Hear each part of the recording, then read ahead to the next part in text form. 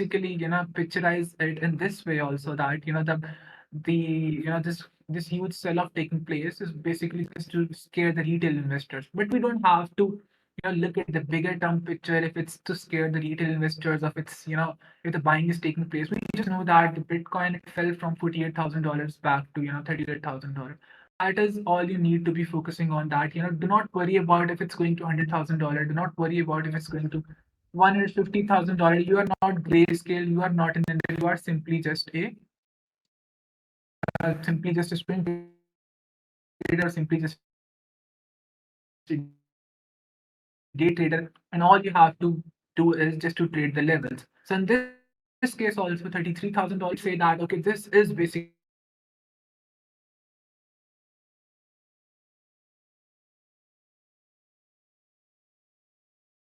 basically just to knock out the retail investors. And in that anticipate, for example, if BTC was $1,000 back to $45,000, if somebody had come to me and said that, okay, this is just to scare the retail investors, please just keep holding your long positions, I would have said, okay, well and good. And then back to $43,000, then back to $45,000,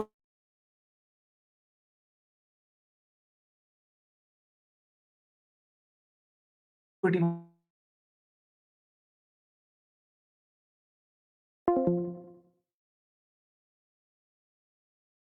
to $45,000, $46,000, back to $40,000.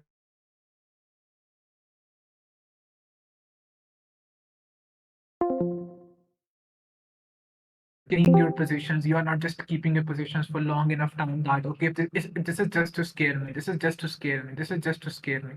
Now imagine the people who had said this to themselves at $69,000, and we went all the way to $15,000. So you should just cut off the losses, okay? This is again the lesson number one. You should learn to cut the losses early.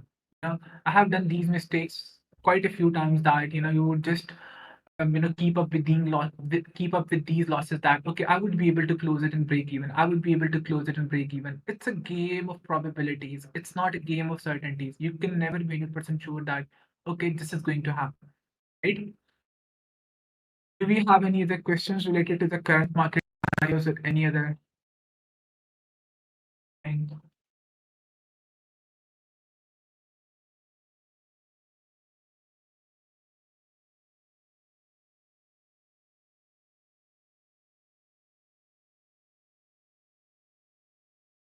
I think this was a very good support region, the $38,500 region. So we should ideally be holding in this area.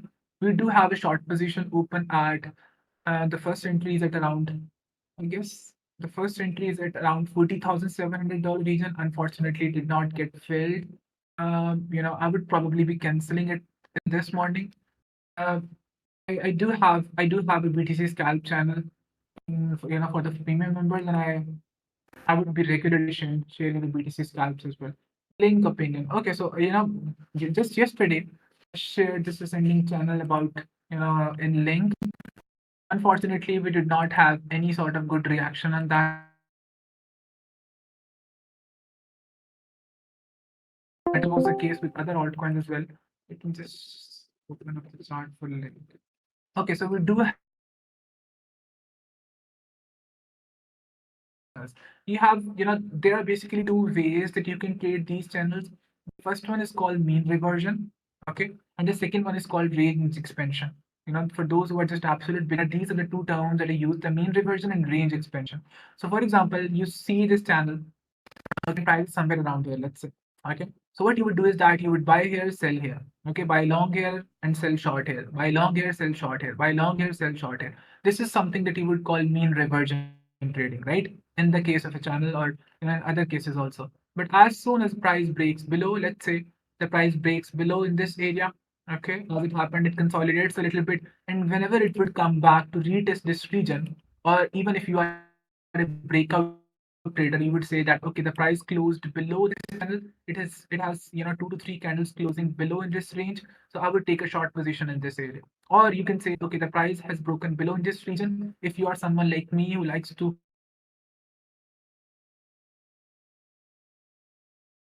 in this case, it's a breakdown. I would wait for the breakdown in this case, wait for consolidation, and then look at the reaction on retest, and then I would take a short position at the time of retest. Okay. So this is something that I would call range expansion, and then I would wait for the continuation move towards the downside. So this is how you can basically trade these channels. This was an ascending channel. We broke below in this area. Now you can basically take a short position on length. It really depends on how price hold at this 4-hour support. It's not looking best at this point in time. For example, if I turn on all of these things, the EMAs as well. For example, as you can see, price is currently bouncing off the 100 period moving average. Okay, and by the way, this 100 period moving average, it's not just on one time frame. It is an average of 100 period moving average, 1 hour, 4 hour, 12 hour, 8 hour, 1 day, and 3 day. So what exactly we are looking at here, and by the way, this is a very important indicator. As you can see, price had quite a few bounces from this 100 period exponential moving average. This is again not just on one time frame. This is basically the average of 100 period exponential moving average on multiple time frames. So all these, so what you would do is that you would basically plot the 100 period exponential moving average on all these time frames that I mentioned: 1 hour, 4 hour, 12 hour, 8 hour, 1 day, and 3 day. So again, divide by what exactly is the total number, and then you would have this average, which is the average of the 100 period exponential moving average on multiple time frames. It is a very important indicator. Okay, so in this case, and by the way, this average again, it is another indicator that I recently created because I use moving averages a lot. So I basically created, one indicator in which you would have access to all these moving averages. You wouldn't have to apply single indicator. For example, as you can see, I have like 20 to 25 period moving averages.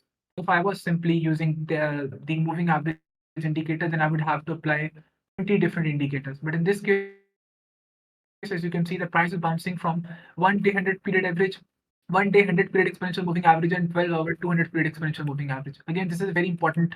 These are very important moving average periods that I generally use from these ranges. So again, this is the average of the 100 period exponential moving average on multiple time frames. So if you hold above this area, the thing here is that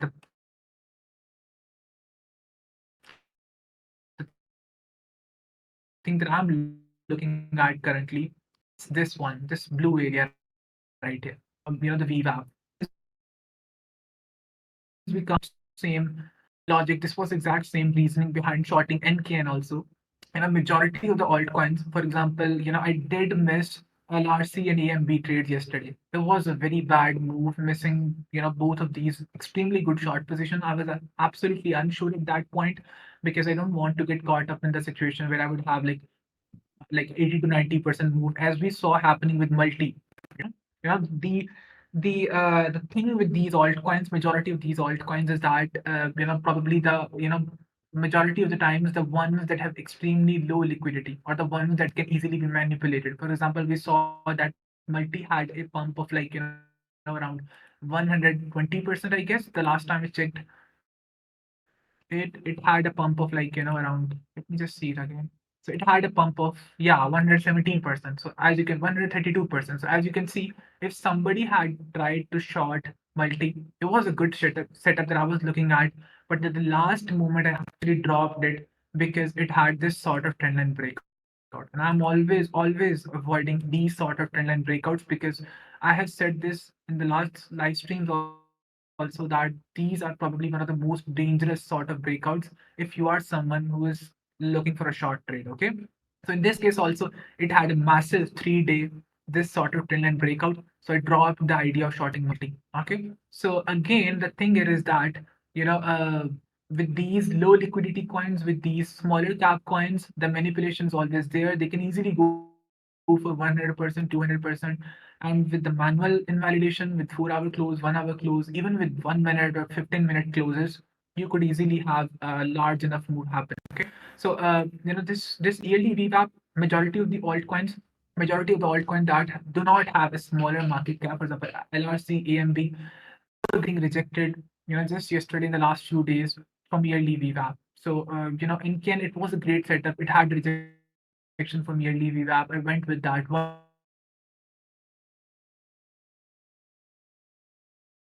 We could have just broken above that area, but I decided to go with that. So in this case also, this is very important.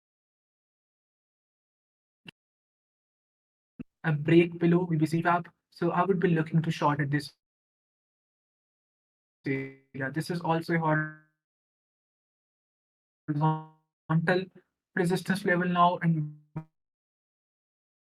by the way, this is again the lower boundary of the channel as well. So it would be a good short position in my opinion. If it gives me a break below this region, then I don't really have any idea that how far this would just continue. If we basically fail to break this region, then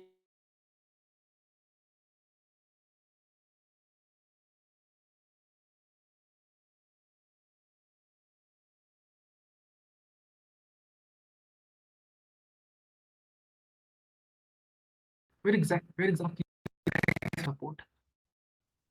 Okay, so next horizontal support, I would say that it's right here in this region. Okay, so $11 region. This is our next horizontal support.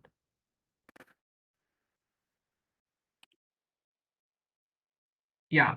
So if it breaks below this region, then it's definitely going to $12 to $11 area, 12 to $11.5 area. Okay, your thoughts about INJ short term injective. I did share a short position on injective, like days ago, like it was basically the daily chart. But I don't know how many of you actually played it. I did not share the full setup. I said that okay, this is looking like a really good short setup, but I do not have balls big enough to short it. Let me just show you that perhaps. So it was again the very same logic. We were basically sitting on like daily moving averages. I remember giving it when it was trading somewhere around like $41, I guess. There should be a setup and injective.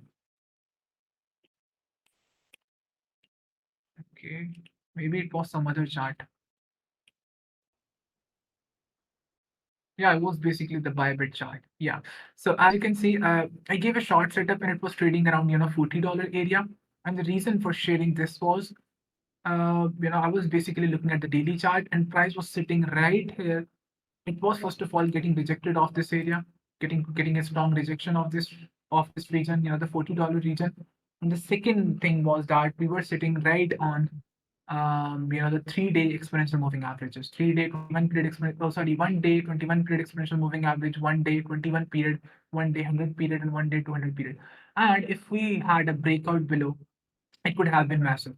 And that was probably, on um, it was probably around 12th of January, 13th of January. I was not really sure about short position at this point. At that point, unfortunately, I was not really sure about that around that time.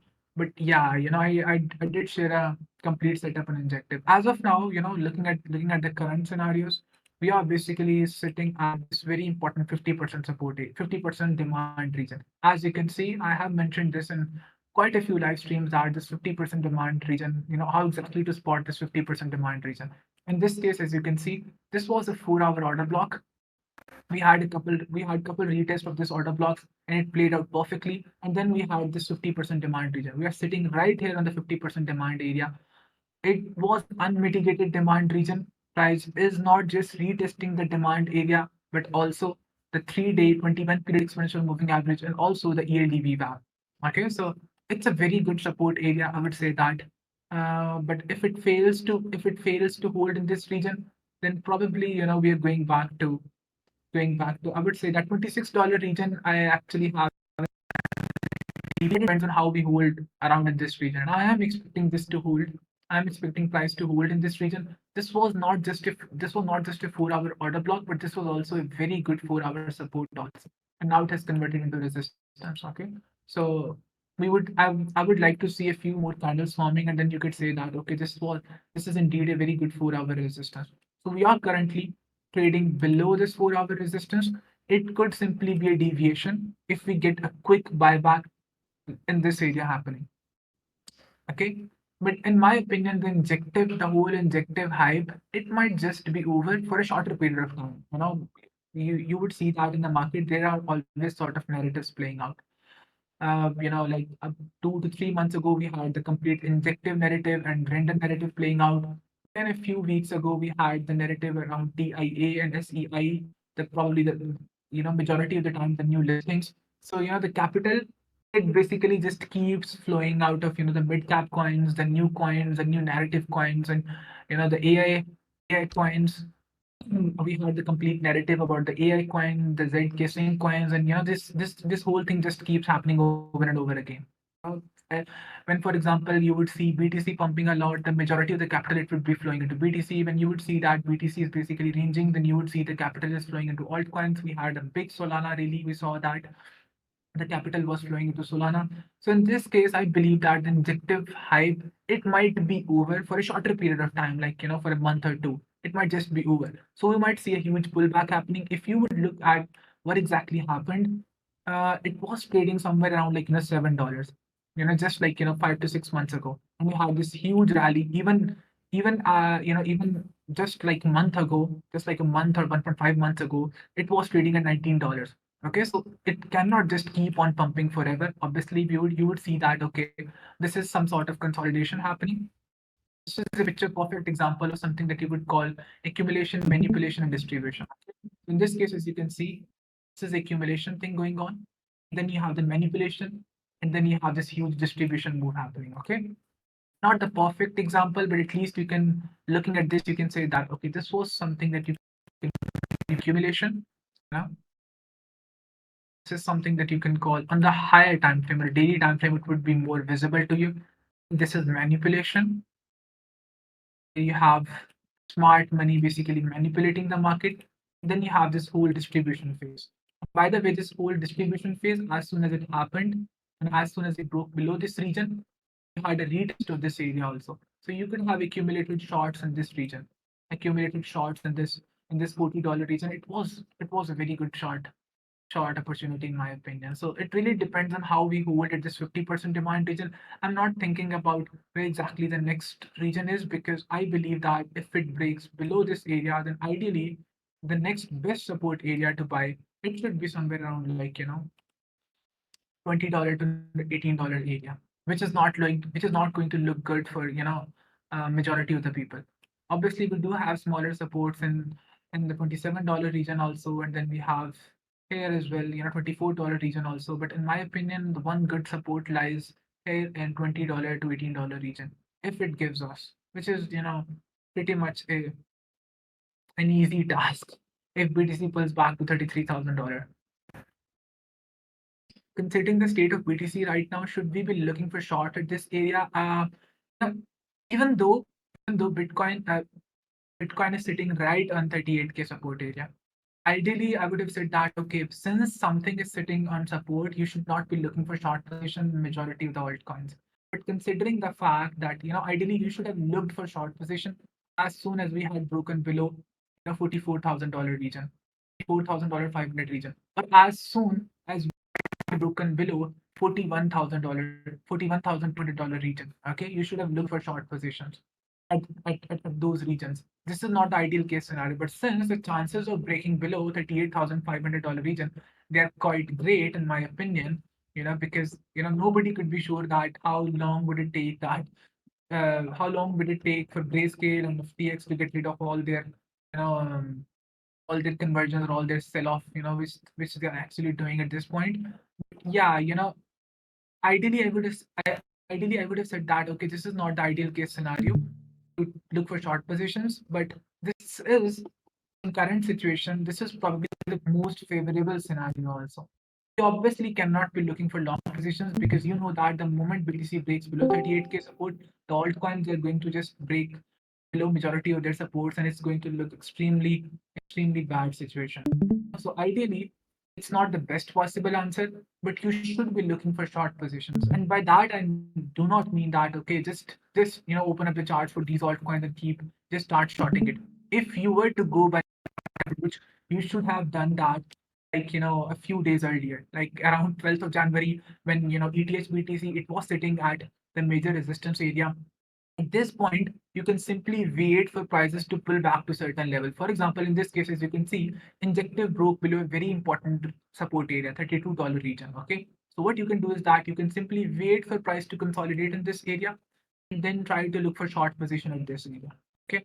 Similar is the case with Link also. Similar is the case with other altcoins as well. Yes, you should be looking for short position. I would definitely be looking for long positions. I saw this shift happening. No, it's not a 50-50% gamble. If you have a 50-50% probability of winning in any situation, then ideally you should not be going for that.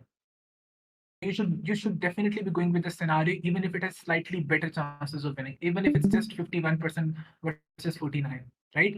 APUSDT opinion.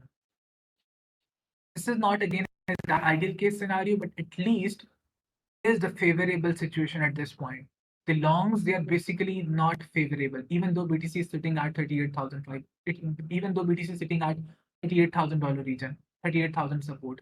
If 38.5 it's range, it is 38.5 to 43. If it holds, then we can go all the way up to 44,000. Basically the short term range, it is 37.5 plus 38.5 or $38,000 region, back to $41,500 region, back to 41,000. So basically, let me just open up the chart for Bitcoin and explain to you guys the range as well. It's a very smaller time frame range. I would say that compared to what exactly is happening in a larger picture. We are still talking about the 4 hour time frame, but still it's a smaller range. Okay. So in this situation, the bigger term picture, I would say that the bigger range is this one. Okay. The $44,000 $44,500 to $38,000.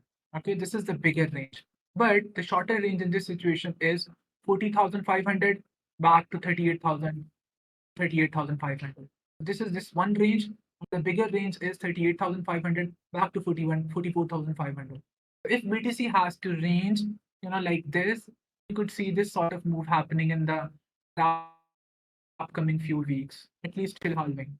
Okay? Or you could have a break to $33,000 region also, which is very likely in my opinion, because I have been shouting this.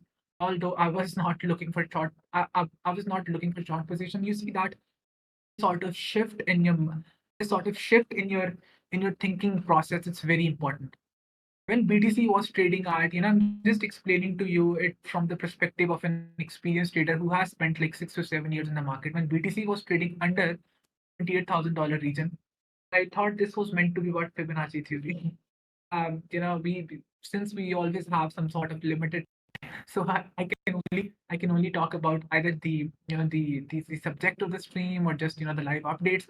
The thing here is that I'm trying to explain is that when BTC was trading below $28,000 region, 99.9% of my positions, they were short positions, because the bigger picture of the market, it was basically being favorable for short position. Then we had a break from $28,000 to $33,000. You know, that shift in your thinking process, it could never just be immediate. You could not say that, okay, we just broke above $28,000 to $29,000 to $30,000 to 35 30 $31,000. You cannot say that, okay, now let's just look for long positions. No, the shift in the thinking process, it basically takes some time. So it took me 28,000 to 33,000 to look for long positions. And beyond $33,000, 99.99% of my positions, they were only long positions. Now that we are back from 49,000, and I did mention this thing when we were trading at $45,000, as soon as ETF approved that, we are definitely going to $38,000 region. For all the good reasons, even if you would look at the liquidation charts also. But simply, sometimes you are too afraid to look for shorts, because you know that, okay, the crowd is chanting something. The crowd is saying that, okay, go back to 54,000, go back to 58,000. We are going to all time highs.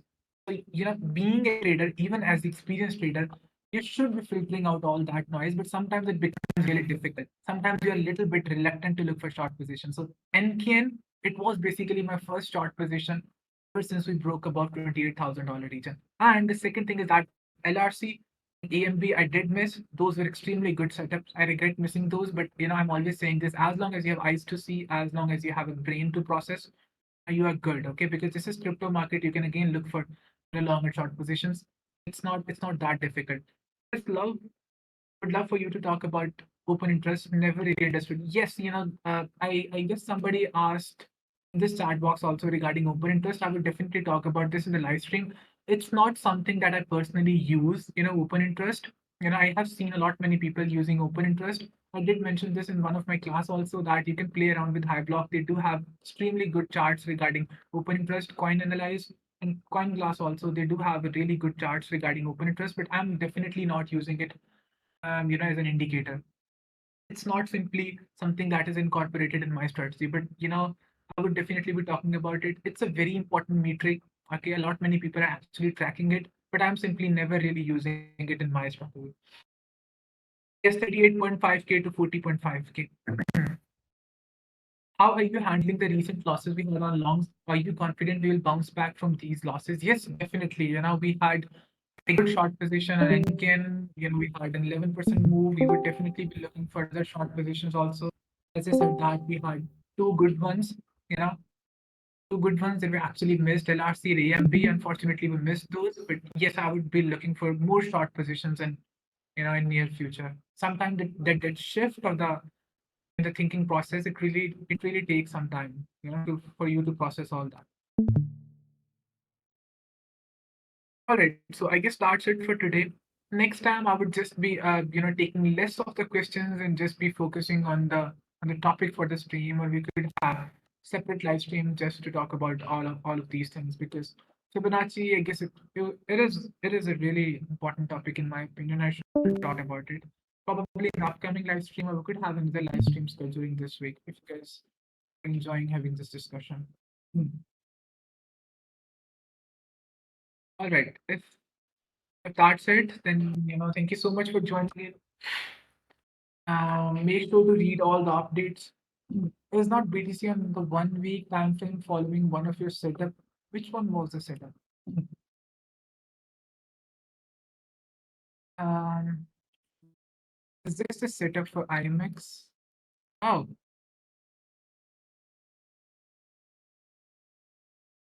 high time frame support, consolidation, enter at the retest. Yes, definitely. At the higher time frame, you can say that, but it really depends again that how exactly is the reaction at the retest. I wouldn't want. I don't know exactly where have you drawn that support time frame. Okay, so it's basically around $30,000 to 32,500. Yes, again, as I said, that I would be looking at that region because it's not just an area of support, but it is also an area of liquidation event also. Okay, so ideally you should be looking for long positions below $35,000. Okay, if you are looking to accumulate Bitcoin. I have said this ever since we were trading at $45,000 also. All right. Thank you so much for joining in. And by the way, good find.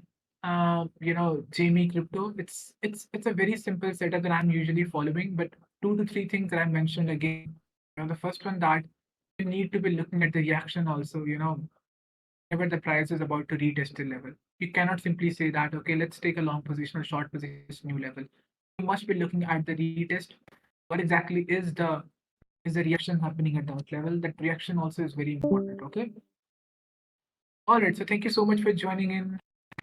We'll probably try to schedule another live stream. If you guys enjoyed this discussion, you can let me know in the general chat, and then we can have another live stream scheduled for this week. Thank you so much for joining. Take care. Have a great day.